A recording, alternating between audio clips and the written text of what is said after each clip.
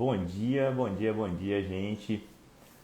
Tô esperando todo mundo aqui entrar. Mais um dia de live aqui às 11 da manhã, como a gente tem feito há quase um mês. Tem um mês que a gente está tendo esse encontro pontual aqui às 11. É um prazer estar aqui sempre. Eu confesso que eu já me programo tanto para vir aqui participar dessa live com os nossos convidados super especiais, como também para assistir as que a Lohane faz com outros convidados que são a nossa família Ábrada, né? É sempre um prazer receber eles sempre trazem tanto conhecimento, tanta coisa diferente, tanta coisa prática sobre o agronegócio, que é realmente um aprendizado, é como se fosse um mastermind isso aqui, e eu tô amando, amando, amando, amando. Hoje nós vamos receber o Dr. Luiz, meu xará. Quem não me conhece, meu nome é Luiz Romani, eu sou um dos fundadores aqui da Academia Brasileira de Direito do Agronegócio. E vai ser um prazer conversar um pouquinho com todos vocês nessa manhã de quarta-feira. Tô vendo o pessoal entrar aqui aos pouquinhos.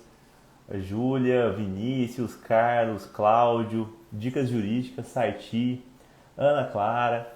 Bom dia para todo mundo, gente. Nós que estamos tendo o nosso curso à noite, né, de como começar a advogar no agronegócio. Nós já tivemos duas aulas fantásticas. Na primeira aula a gente abordou como escolher o nicho, mostrou algumas oportunidades, algumas mesmo, gente. O agronegócio é gigantesco e tem mais um monte de oportunidade que ninguém está vindo. É um ramo ainda muito pouco explorado, ninguém está olhando para esse campo tão fértil que é o agro. É, nós falamos tanto sobre as oportunidades, como se posicionar. E ontem a gente teve uma aula muito legal também, a gente recebeu um monte de feedback positivo. A gente trouxe como aplicar a teoria à prática. Que a gente sempre fala, né? A gente tem que levar algo prático para o produtor, algo que faça parte da realidade dele e não teria como ser diferente. Então ontem a gente fez essa força, a gente fez exatamente isso. A gente aliou a prática à teoria, mostrando como pode ser aplicado. A gente trouxe desde questões trabalhistas também, trouxe a questão da energia elétrica, que é um peso muito grande para o produtor rural, trouxe as questões de arrendamento no fim. Claro, gente, foi uma aula de 1 hora e meia, não dá para ser muito específico, mas foi muito legal. Muita gente não sabia do que a gente estava falando lá, nunca tinha ouvido falar. Bom dia, Nelson, tudo bem? Tô vendo mais gente entrar aqui, a Flávia, o Igor, o Lázaro, o Emerson, o Rodrigo Silva, o Cunha, o GD Cunha, a Devenando. Gente, é um prazer receber todos vocês aqui. E hoje a gente tem nossa última aula do curso de como começar a advogar no agronegócio, que vai começar às 19h30 de Brasília. E hoje é uma aula muito legal, gente. É realmente fantástica. Para quem perdeu as outras duas aulas, não tem problema. Hoje a gente já vai começar fazendo um resumão, um resumo do que a gente falou nessas outras duas aulas, que foram fantásticas. Diga-se de passagem, a gente recebeu um monte de feedback positivo. Na primeira aula, a gente chegou a ter mais de 12 mil pessoas que passaram pela aula. A gente chegou a ter simultaneamente 3.500 pessoas ao vivo. Foi realmente muito gostoso estar com vocês. Depois desse resumo, a gente vai explicar uma coisa que eu e a Lohane fizemos durante vários anos. Nós estamos adaptando, ainda sempre melhorando. Mas é um método de como se apresentar uma proposta ao cliente. Isso é muito importante quando a gente fala de qualquer aspecto da advocacia, mas em especial do agronegócio, que é um nicho um pouco diferente, um pouco sui generis, como a gente mencionou durante todos esses dias de curso. Então, gente, hoje está imperdível e depois a gente apresenta essa proposta, falando tanto da proposta e da pós-proposta. A gente vai fazer realmente um passo a passo que deve ser seguido, enfim, a gente vai abrir as portas para a nossa família Ábrada. Vai ser uma delícia receber novos associados, a família vai crescer, a gente esperou muito por esse momento. Inclusive a gente fica fechado, né? A gente fica fechado durante o ano e a gente já faz aberturas pontuais. E ontem até me perguntaram, mas por que vocês ficam fechados? Vocês não querem mais associados? Não, nós queremos. Só que a gente fica se preparando, a gente quer dar o nosso 100% para os novos associados que vão chegar. Então é sempre um prazer receber novas pessoas e hoje à noite eu tenho certeza que a família vai crescer muito. E isso é muito gostoso, porque dentro da Ábrada a gente tem sempre a questão da partilha. A partilha e a questão de sorrir o sorriso do outro é alguma coisa que a gente não abre mão. Então a gente só quer lá dentro quem a gente chamaria para comer um bolo na casa da nossa avó. A gente só quer lá dentro quem vai responder a dúvida, quem vai auxiliar o colega. E, enfim, é realmente muito gostoso e isso acontece. Ontem, durante a aula, inclusive, uma associada postou uma dúvida, passaram 30 minutos, já tinham 3 respostas, uma dúvida bem prática, bem difícil, bem diferente, uma coisa que a gente não vê todo dia no direito. Então isso é muito gostoso. Estou aqui esperando o Luiz, deixa eu ver se ele apareceu por aqui. Ele ainda não apareceu. Mas enquanto isso, gente, me contem de onde vocês estão, se vocês... Ah, ele entrou aqui, ó. Ei, Luiz, tô te esperando aqui, rapaz. Vou chamar você aí agora. Bom, gente, vou chamar o Luiz. Hoje vai ser uma live de Luiz para Luiz, né, Luiz? Então, vai ser um pouquinho confuso. Então, quando vocês forem falar, falem ou Luiz Adriano, que é o meu nome no caso, ou Luiz Salzurolo. Luiz que tem um nome todo diferente. Vou te convidar aí agora, Luiz. Acabei de chamar o Luiz aqui. Começar esse negócio aqui, Luiz, que hoje eu estou muito empolgado para falar um pouquinho com você. Bom dia!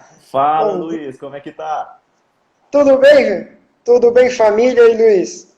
Tudo em família aqui, né? Tudo em família. Graças a Deus. Luiz, já estava te apresentando aqui, mas eu vou pedir para você se apresentar, falar de onde você é, o que que você faz, para que todo mundo possa compreender aqui o que a gente vai conversar um pouquinho. Claro. Bom dia a todos, né? Eu sou o Luiz Salzarulo, eu sou advogado aqui em São Paulo, mais especificamente em São Bernardo do Campo.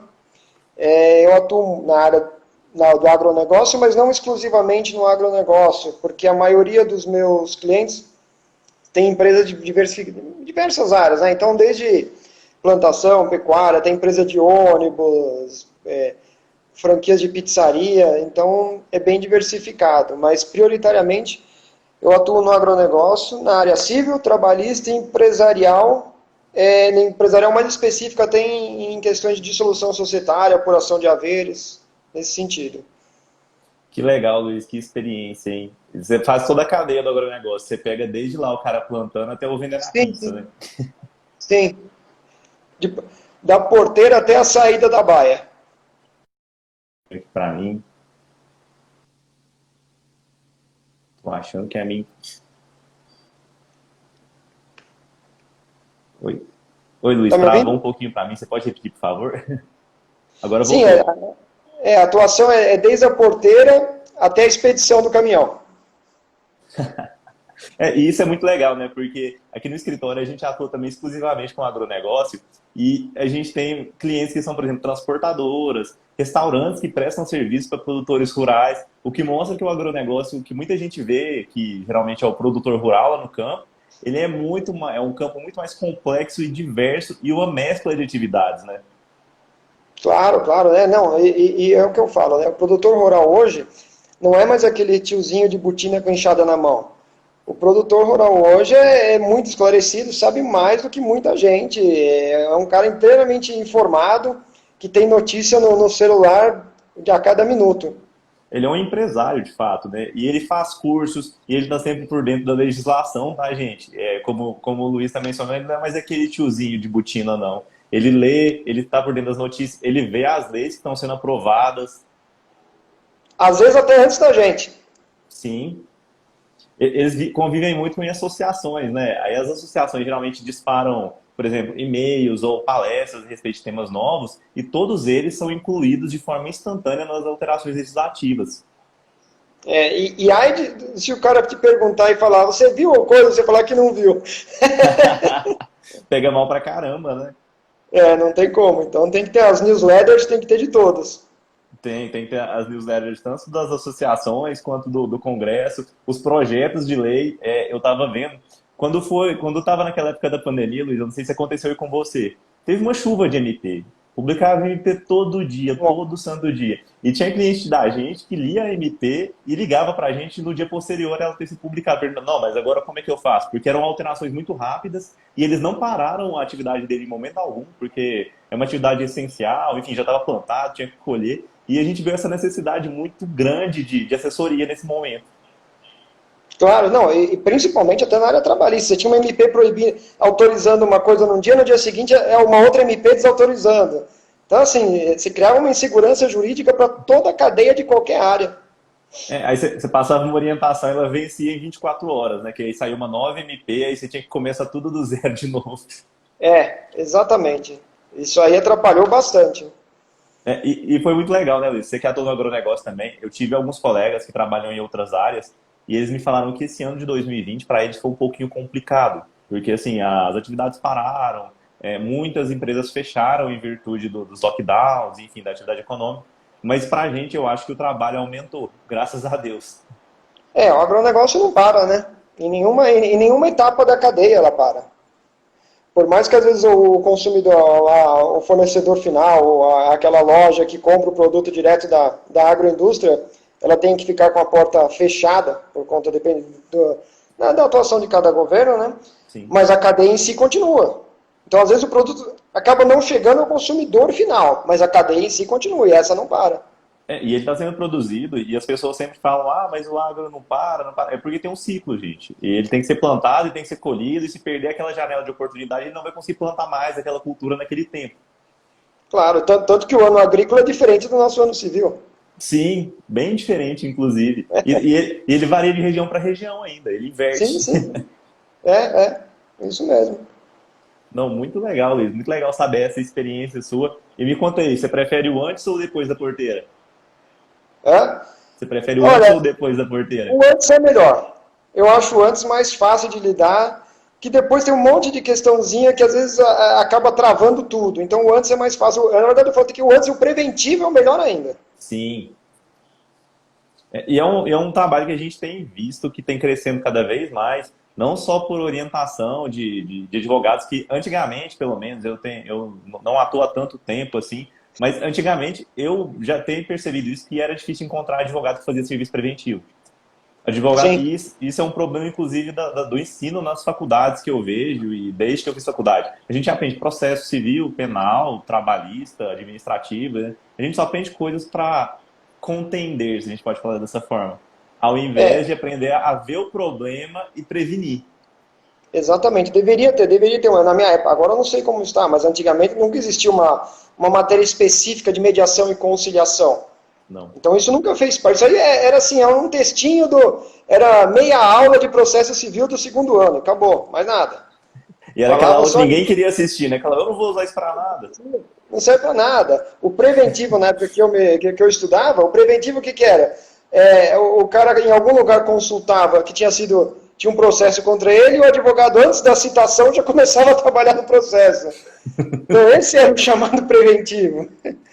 O preventivo era só depois, era o intervalo entre a distribuição do processo e a citação, né? Não era o problema em si. Esse era o preventivo. Nossa, e é muito engraçado isso. E quando a gente fala de agronegócio, e já entrando um pouquinho aqui num tema um pouquinho mais, se a gente pode falar espinhoso, e que tem uma legislação que é muito defasada, uma legislação da década de 60, a gente tem os contratos de arrendamento, que até hoje são feitos e feitos batidos em algumas oportunidades, como a gente pode dizer, sem orientação devida de um advogado. E tem sempre a questão do registro, Luiz. E até uma pergunta que eu sempre recebo aqui no escritório, e muita gente tem essa dúvida. Por que que os contratos de arrendamento não podem ser registrados nos cartórios de imóveis, Luiz? Porque assim, tem um problema sério que é o seguinte.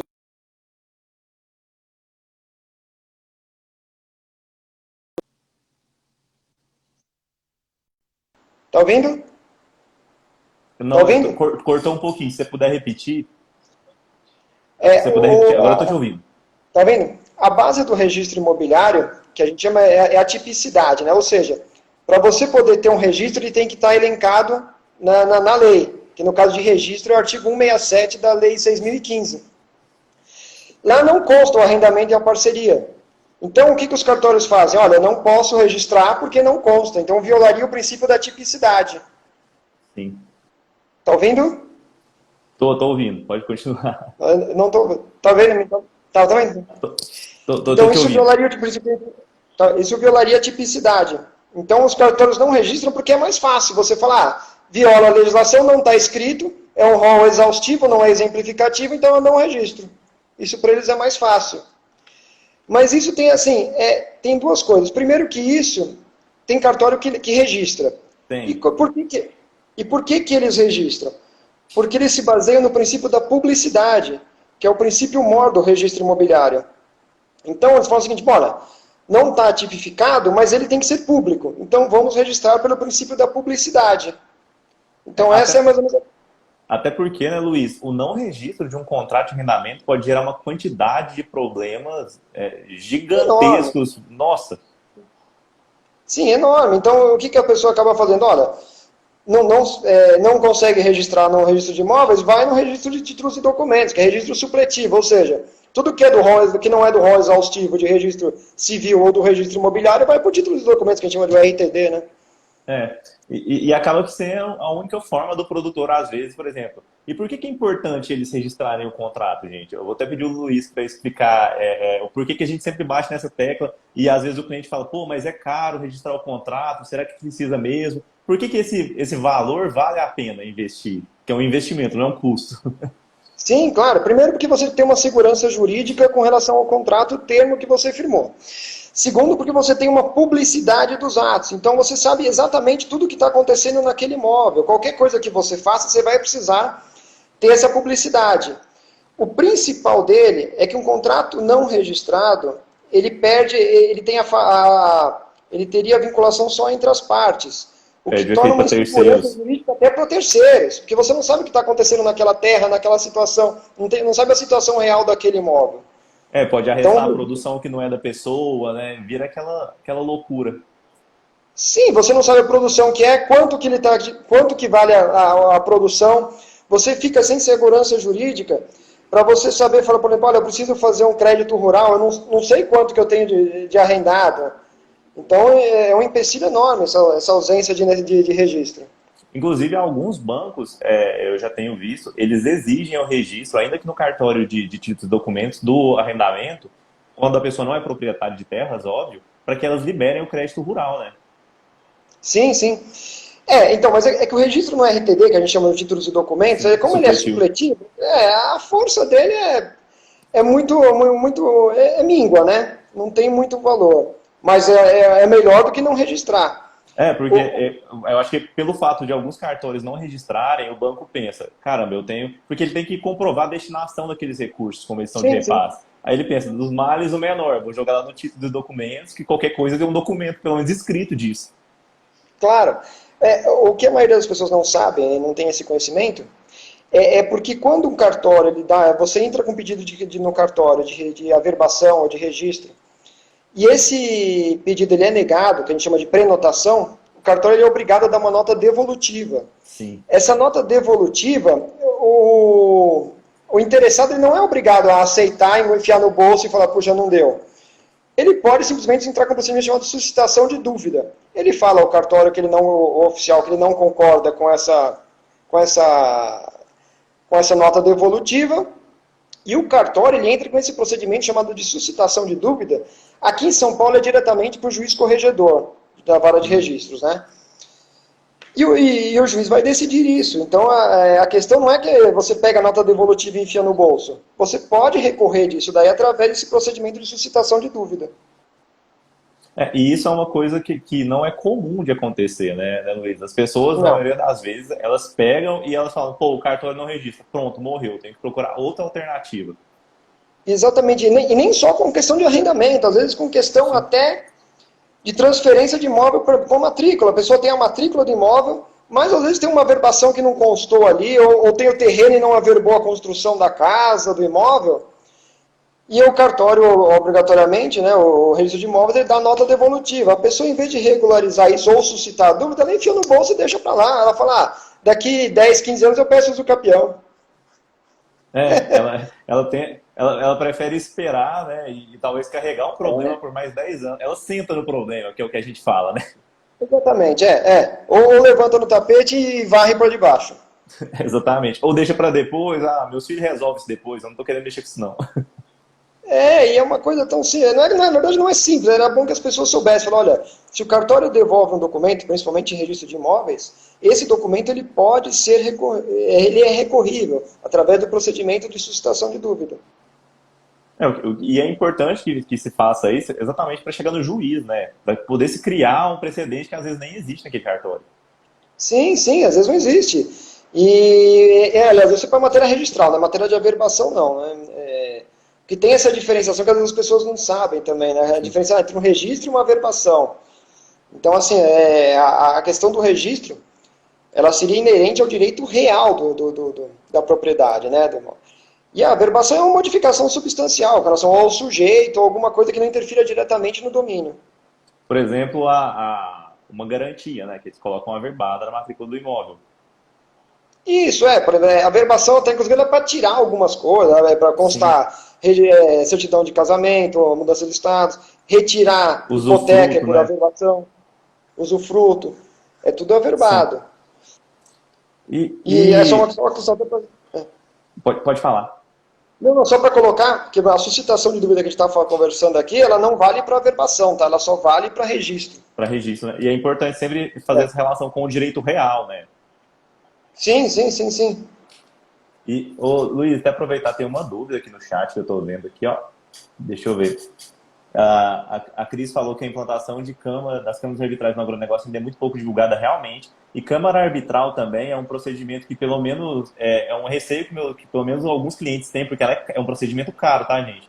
A justiça comum, por Bem mais claro. que seja um procedimento, às vezes, demorado, e, enfim, tem todo aquele trâmite, ele é um procedimento bem mais barato que uma câmara arbitral. Bem mais, bem mais. Porque muita gente fala, olha, a Câmara Arbitral é uma boa solução, mas depende. Porque eu não sei, as que eu já vi, pelo menos, elas são muito, muito, muito mais caras do que a justiça comum, né, Luiz? Aí talvez inviabilize o processo. Principalmente quando você escolhe uma câmara arbitral que tem árbitros muito renomados. Ela se torna absurdamente cara. É. Absurdamente cara. Não que não deva ser contratado, gente, é um procedimento, mas assim, dependendo da demanda, dependendo do contrato que você fazer, você tem que avaliar se vale a pena, né, Luiz? Porque às vezes você coloca lá a solução pela Câmara Arbitral, você vai pagar a Câmara Arbitral, dá o valor do problema que você tem. Aí Não vale a pena. A câmara não arbitral vale. se torna um litígio. Se torna um problema, né, ao invés da solução. A Alves Sata de Alves aqui, eu não tô conseguindo ler. Ela perguntou se essa solução de dúvida, no caso, suscitação de dúvida, é na justiça comum? Ela é justiça comum, ela é um procedimento administrativo, mas ela é na justiça comum, salvo quando for imóveis de domínio federal. Ela tem que ser na justiça federal, o cartório mesmo que remete. Mas estou falando Muito. aqui, mas Em São a Paulo, justiça, né? ela é a justiça comum, mas por via administrativa, quem faz o julgamento é o juiz corregedor do cartório. Tendo, só até para responder, não sei se julgada essa suscitação de dúvida, caso o juiz, a pessoa ainda queira recorrer, ela pode apelar para a corregedoria geral, que seria a corregedoria permanente. Olha, que legal. Eu, para ser sincero, eu acho que eu nunca fiz uma suscitação de dúvidas, porque aqui os cartórios registram, graças a Deus. Sorte sua que teus clientes estão tudo em dia. Você sabe que o maior problema dessa questão relacionada ao cliente é quando você pega um cliente novo, até você passar um processo que, quando o cliente está com você há mais tempo, ele já meio que compreende isso e você já conversou com ele da importância de registrar um contrato, por exemplo, e que é dispendioso, mas é um investimento e não é. Agora, quando você pega um cliente novo, às vezes ele é um pouquinho resistente, né? Muito, muito. Porque ele acha que cartório e advogado, para eles são tudo ladrão. É.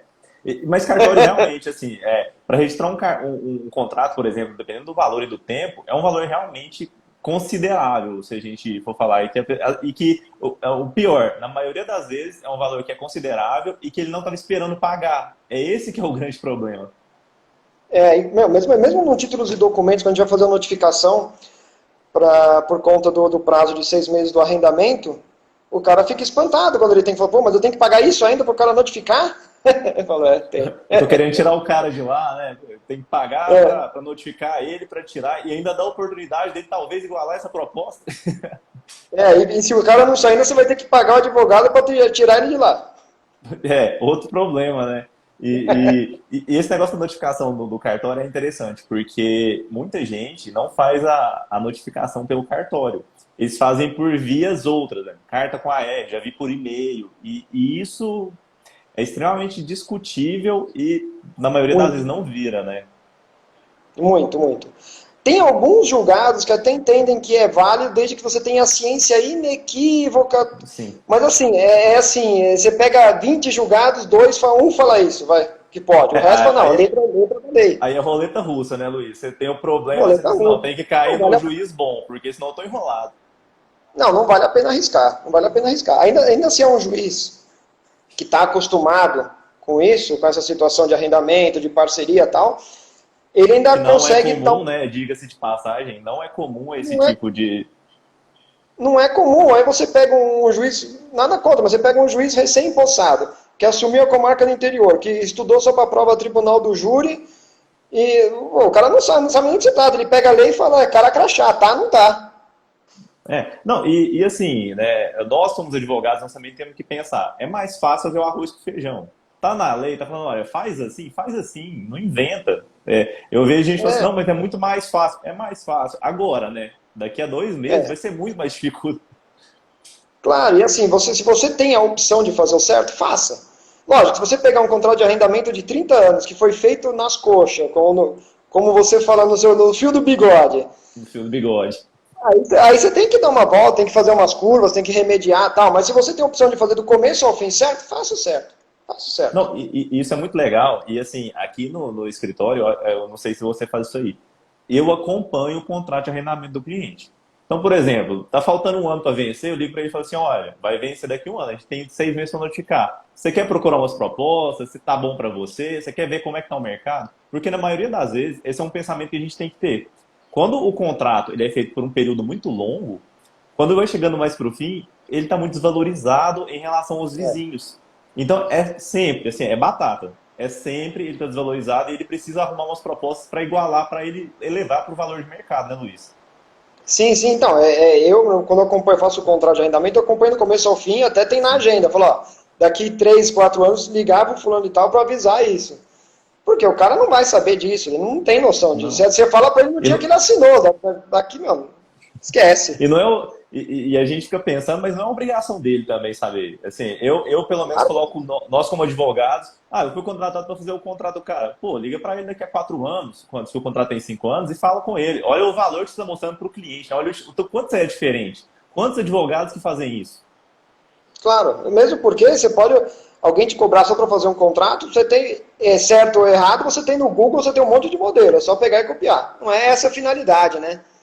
Você é O advogado da que, pessoa. Você, exatamente. O que diferencia apesar da gente não trabalhar no êxito, esse tipo de atitude aumenta a sua chance de êxito em 95%.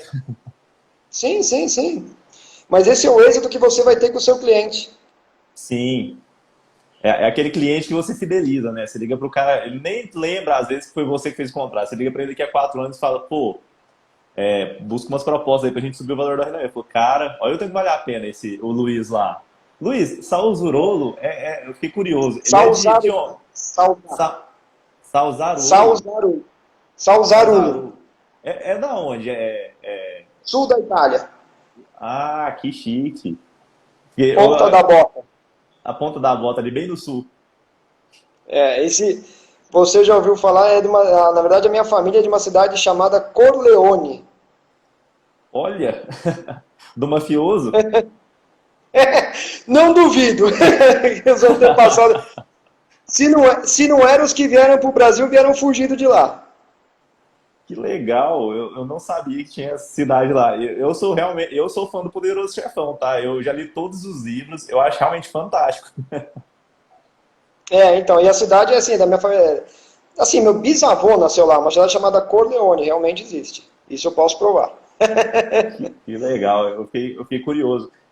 Eu tenho o Romani, mas o Romani eu peguei da Lohane, ele também tem origem italiana, mas eu sou Mas bastardo dele. O Romani é norte. É no Romani é norte? norte. É. Que legal, eu acho que nem a Lohane Normalmente, sabia dessa. normalmente as nomenclaturas italianas terminadas em I são do norte. Romani, Previtali, Sabatini, é tudo norte da Itália, região de Milão, Assis. Olha que legal. São os Lohane, italianos chiques. você pode procurar essa dupla nacionalidade pra gente conhecer o resto da sua família lá, então. Eu já vira e mexe eu penso nisso. Aí depois eu acabo de dizer, eu falo, tem tanta coisa para fazer que eu acabo até desistindo. Mas sabe que não deve ser um procedimento, mas se bem que é bem difícil, né? Você tem que fazer uma árvore genealógica, enfim. Na verdade, assim, você tem que juntar os documentos que comprovem a ascendência, né? Ascendência, né? Ascendência direta, né? Independentemente se é tio, se é avô, se é pai, ela tem que ser uma ascendência em linha reta. Você tem que comprovar essa ascendência e enviar para o consulado italiano.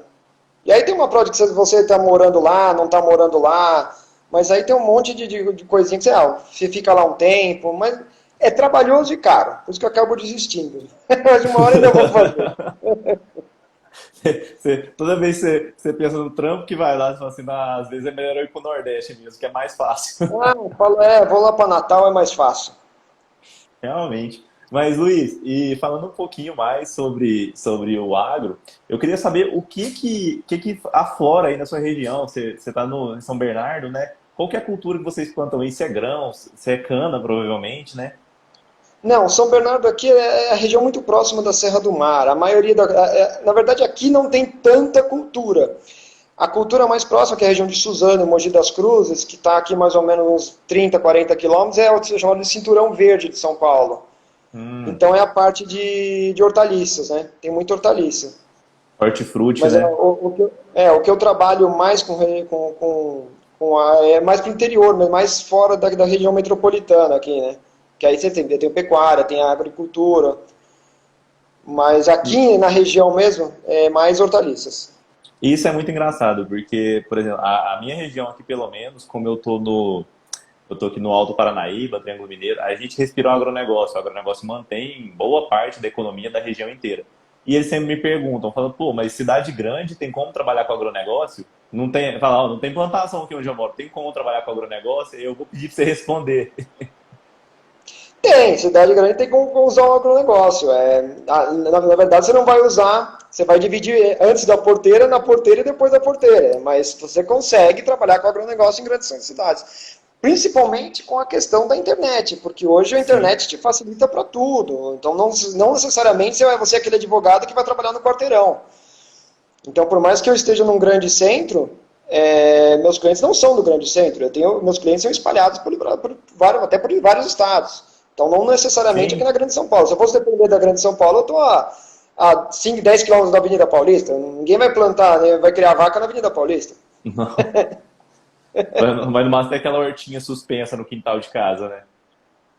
E isso é Não um é, ponto não é. legal, porque esse negócio da internet, por exemplo, aqui no escritório a gente atua em Mato Grosso, Pará, e alguns outros estados, e é tudo virtual. Assim, na maioria das vezes, e hoje não tem essa necessidade, né, de você ter aquele contato todo dia, não tem necessidade, por exemplo, de você ter que ir todo dia da propriedade. É sempre essencial que a gente conheça a realidade do cliente para que a gente possa levar soluções.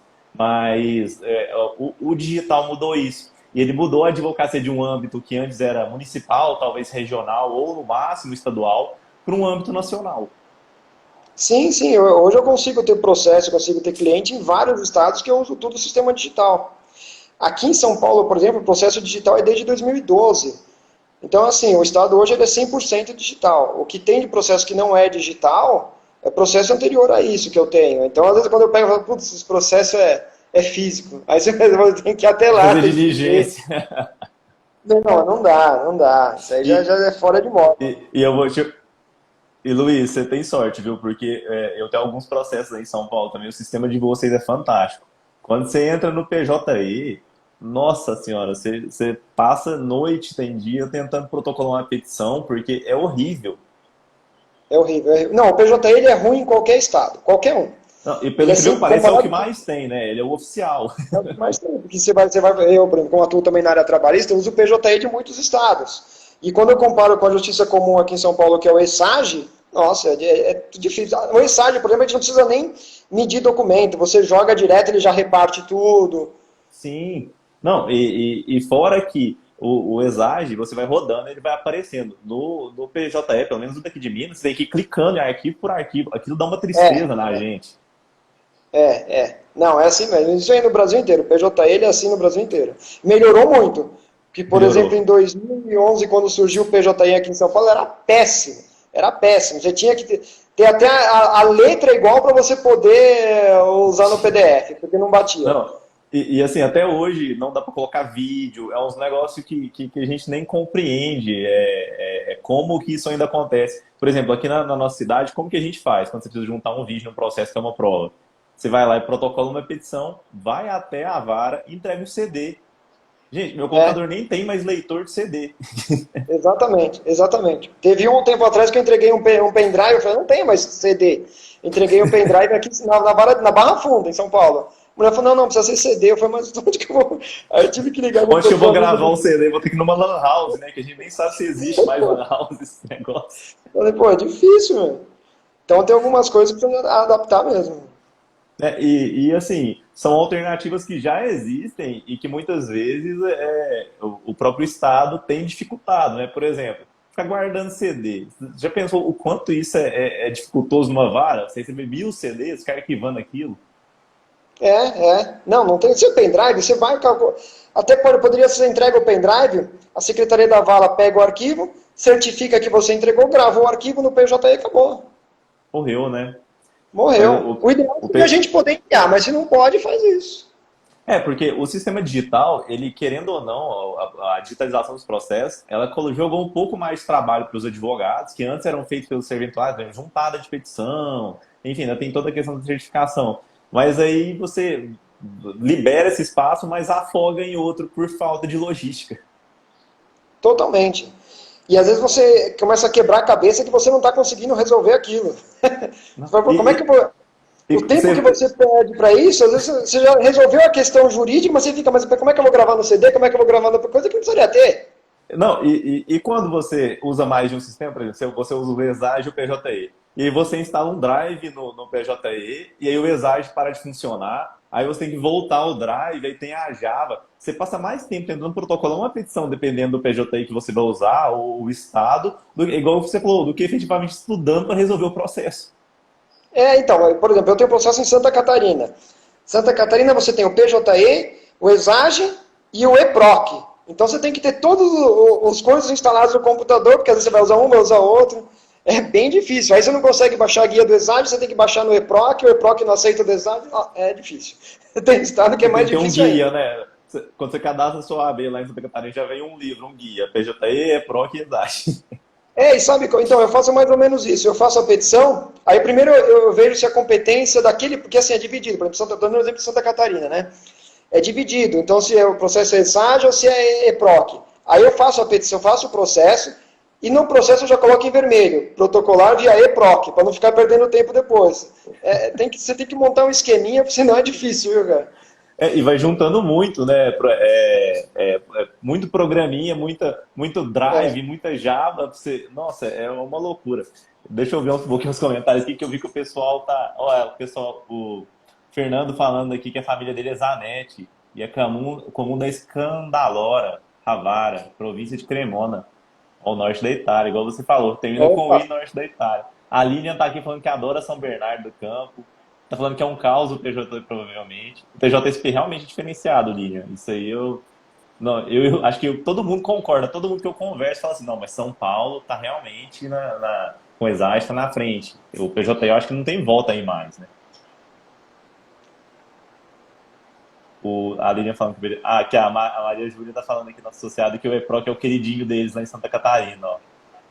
Não, mas o EPROC é bom. O EPROC é bom. O que é ruim é você ter vários sistemas.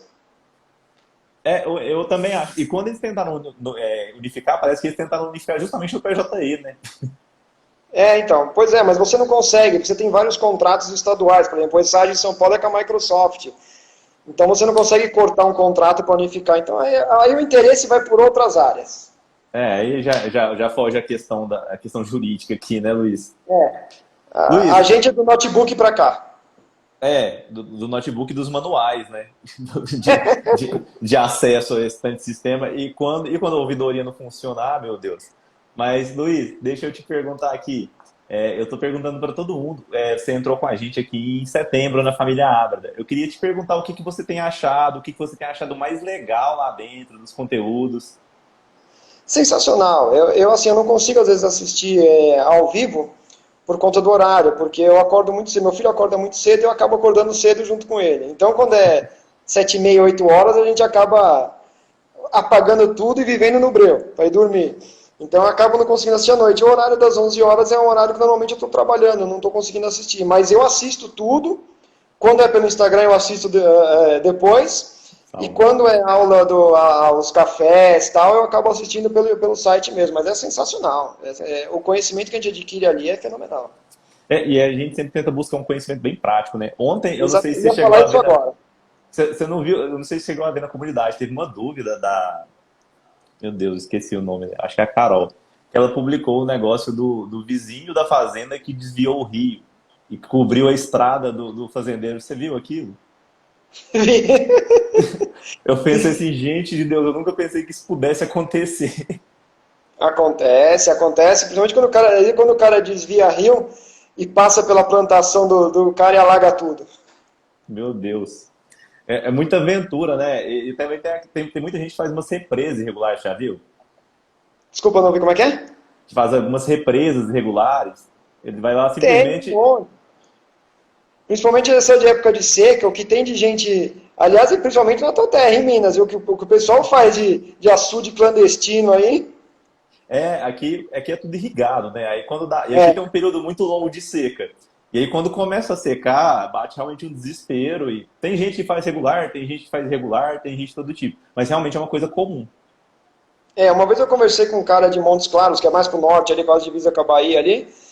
E eu falei, ele estava usando, mexendo, fazendo isso. Daí eu falei, mas você tem a outorga? Você pegou a outorga? Ele, bom, outorga para ele deve ser o nome da vizinha, porque ele não, eu sou casado, só faltou falar isso. E um negócio muito legal, né? Porque o pessoal, muitas vezes, eles brincam com essa questão ambiental, mas cada dia mais tem se fiscalizado por satélite. Hoje em dia não tem mais aquela necessidade de visitação em loco. Às vezes a pessoa nunca foi, nem sabe, mas já viu o desmatamento ou a represa clandestina. Não, e as autuações podem ser todas feitas assim, é aceito. Sim, sim, todas feitas assim. Porque muitas vezes a desculpa dele pode ser, olha, não, ninguém vem aqui não, aqui é muito longe, né? Eu falo, meu amigo, ele não precisa ir mais não, esse que é o problema, né? Para eles ficou muito fácil. Os caras, eles, inclusive nas autuações, eles tiram a foto pelo Google Maps, pelo Google Satélite, junta na autuação falando, ó, aqui está irregular. E Sim. acabou. E E, muito, acabou. e dá para reverter muita coisa também, que é muito contestável também uma foto de satélite, né? Sim, mas o problema é o seguinte, Mas, é contestável, mas o cara recebe um auto de infração ambiental de 500 mil reais com uma foto de satélite, primeiro ele fica desesperado, depois a gente ah, vai... se ele passar do período do infarto, já tá bom, né? Porque você recebe uma É, atuação de 500 mil reais, o seu coração pelo menos para uns 2 minutinhos ali, porque mas é isso mesmo. Eu tenho um cliente aqui em Mogi das Cruzes que ele desviou um rio grande até da região e desviou uma quantidade grande e achou um absurdo eu tomar uma multa na época de 260 mil reais, porque afinal de contas ele estava desviando água para a cultura dele e ele estava alimentando a população, né? Só que ele deixou um monte de gente. Para não dizer que ele deixou a cidade quase inteira sem abastecimento, metade ficou sem água. meu Deus do céu. Ó, a Lilian tá até falando aqui que, aqui, ó, a Patrícia falando que também nunca pensou que poderia desviar o rio e inundar a estrada, né? A Ana falou que dá outorga uxória. A Lilian falou que é cultural. Eu acho que é questão do açude irregular. Eu acho que isso tem muito na minha região. Eu acho que isso acaba sendo no Brasil todo. Ela falou que também já viu auto de infração com base no satélite, né? Isso está sendo bem comum. Muito contestável de quesito probatório, Juridicamente, né? juridicamente, mas até aí você recebeu o auto, o cliente primeiro ele tem o desespero, depois ele vai pensar em nulidades. Primeiro todo mundo surta, né? Até se for a gente. Se você é produtor rural e chega uma multa. Eu sou produtor rural, e aí chega uma multa pra mim de 500 mil, por mais que eu seja advogado, a primeira coisa que a gente faz é surtar. Não, e às vezes mesmo o advogado ele fica tão desesperado que você fala, mas para quem que eu vou ligar agora? O que, que eu faço? Dá aquele branco, né? Não tem como ligar pra si mesmo, né, Luiz? Pra si tranquilo, né?